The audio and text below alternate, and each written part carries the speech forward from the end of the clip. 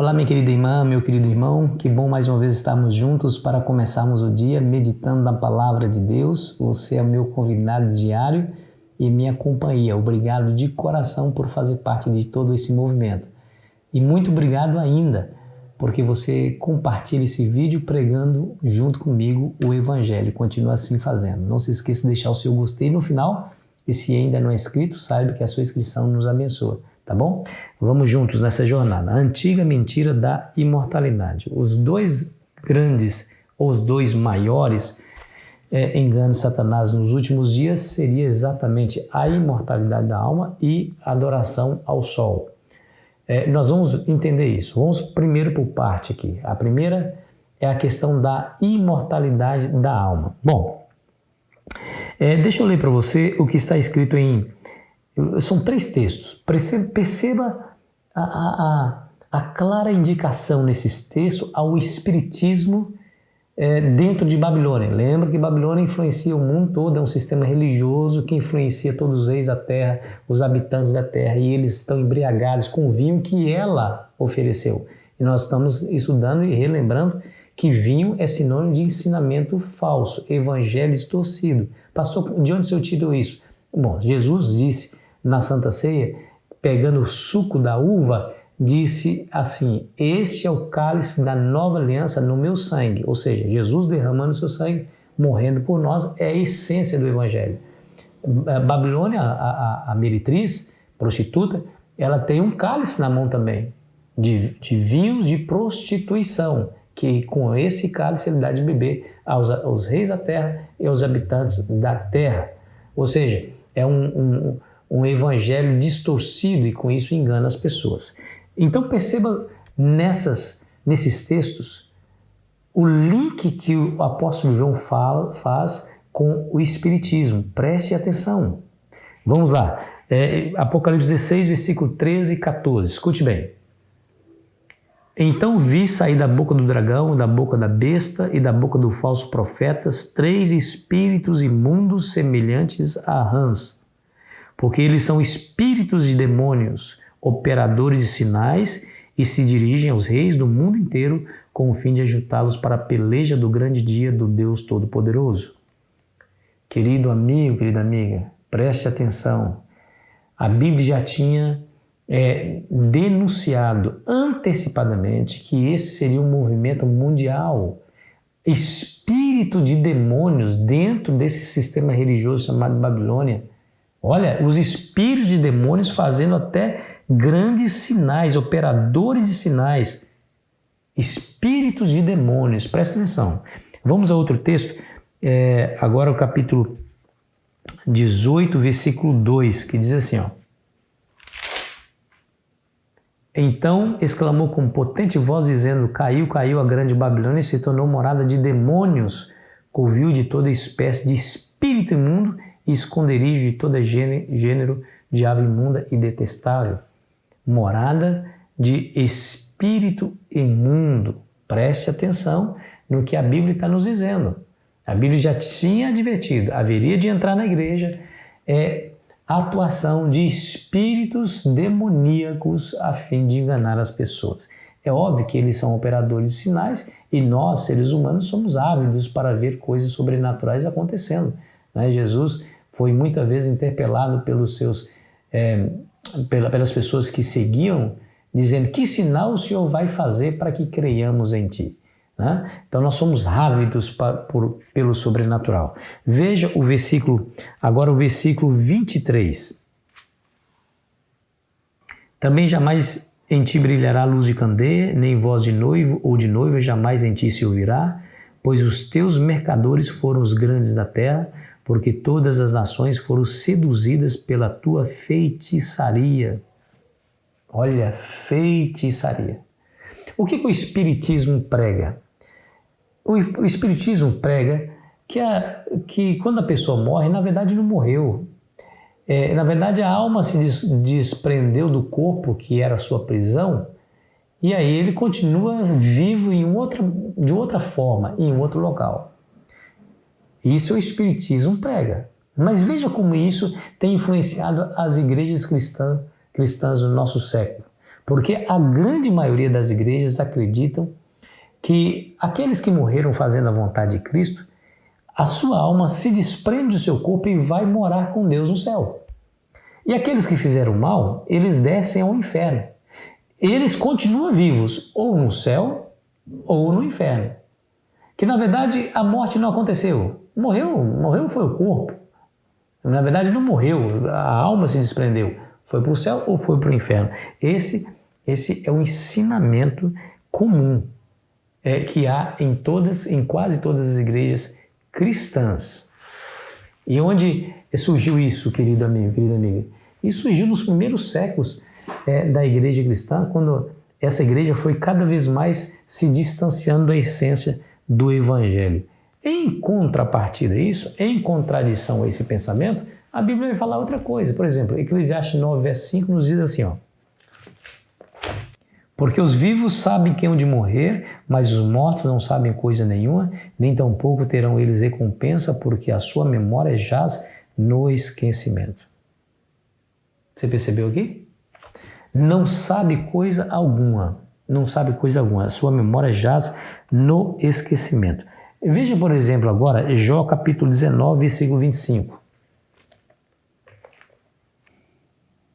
Porque eu sei que o meu Redentor vive e por fim se levantará da terra. Depois revestido este meu corpo na minha pele, em minha carne verei a Deus. Vê-lo-ei por mim mesmo, e os meus olhos o verão, e não outros. De saudade me desfalece o coração dentro de mim. Aqui você percebe a esperança que tinha no coração de Jó. Jó era um homem santo diante de Deus, tanto é que o próprio Deus disse acerca de Jó que não havia ninguém na face da terra semelhante a ele. Esse foi o testemunho. Homem íntegro, reto, temente a Deus, que desviava do mal. Esse é o testemunho de Deus acerca desse homem. E, no entanto, ele fala que quando o meu corpo se vestir da minha pele, ou seja, é uma clara alusão aqui à ressurreição, ele morreria e depois ele haveria de ser ressuscitado. E no meu corpo, na minha carne, verei a Deus. Isso quer dizer que enquanto o seu corpo não foi refeito, ou seja, enquanto ele estava na sepultura, ele não estava vendo a Deus. É óbvio, porque o texto que nós acabamos de ler lá em Eclesiastes 9, verso 5, fala que os mortos não sabem coisa alguma. Aliás, a Bíblia ensina a realidade da ressurreição. Você se lembra de 1 Tessalonicenses 4, 16 e 17? O mesmo Senhor descerá do céu com alarido, com voz de arcanjo, a ressoada trombeta de Deus, e os mortos em Cristo ressuscitarão primeiro. Você há de se lembrar que Jesus falou assim, lá em Mateus capítulo 5, versículo 28 e 29. E não se admireis disso, porque vem a hora em que todos que se acham nos túmulos ouvirão a minha voz e sairão. Olha, se acham nos túmulos. Onde que as pessoas estão? Estão nos túmulos, as pessoas que morreram. Lá no capítulo 12, versículo 2 de Daniel, nós vemos lá que muitos que dormem no pó da terra ressuscitarão, uns para a vida eterna, outros para a vergonha e horror eterno. Olha aí, dormem no pó da terra. Bom, isso está em perfeita harmonia com o testemunho das Escrituras, principalmente com o testemunho da criação. Quando Adão e Eva foi criado, diz a Bíblia que ele foi criado do pó da terra e Deus soprou no seu nariz o fôlego de vida e o homem passou a ser, não a ter, passou a ser alma vivente. É depois que Adão pecou, Deus falou assim, olha, do suor do seu rosto você vai comer o seu pão, maldita é terra por sua causa, porque você vai voltar para a terra, porque da terra foi tirado e ao pó voltará. A Eclesiastes 12 vai falar a mesma coisa, né? E o o corpo volte à terra como era, o espírito volte a Deus que o Deus. Esse espírito aí, ruach no original hebraico, significa respiração. Não dá para você tirar de dentro do ser humano o que Deus não colocou nele, na sua criação. O que Deus colocou nele? Pó da terra, fôlego de vida. O que sai dele? O pó da terra, o corpo volta ao pó da terra e o espírito, que é o fôlego de vida, volta para Deus. Esse espírito tem alguma consciência? Tem sentimento? Interage? A Bíblia fala que não. Lá em Eclesiastes capítulo 9 e o versículo 5 nos disse claramente lá que eles não têm parte alguma das coisas que se fazem debaixo do sol. Deixa eu ler o verso 6 que fala sobre o sentimento deles. Escute bem, 9, versículo 6. Amor, ódio e inveja para eles já pereceram. Para sempre não têm eles parte em coisa alguma do que se faz debaixo do sol.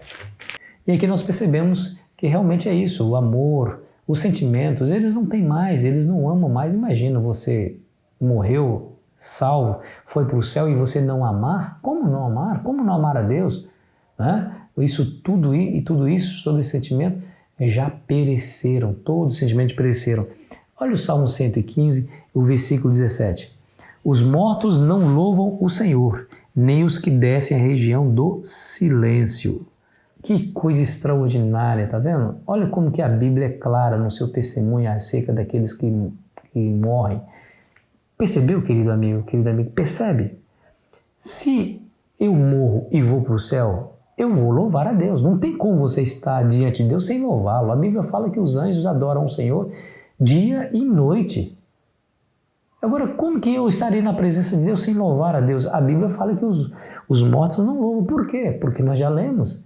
Não sabe coisa alguma, amor, ódio, inveja, tudo pereceu, não tem mais nada, nada. Simplesmente deixou de existir. O próprio Jesus disse que eles estão nos túmulos esperando a ressurreição. O que a Bíblia ensina é a realidade da ressurreição. Não ensina imortalidade da alma. Aqueles que dizem que a alma é imortal, eles estão numa clara contradição do testemunho das Escrituras acerca desse assunto.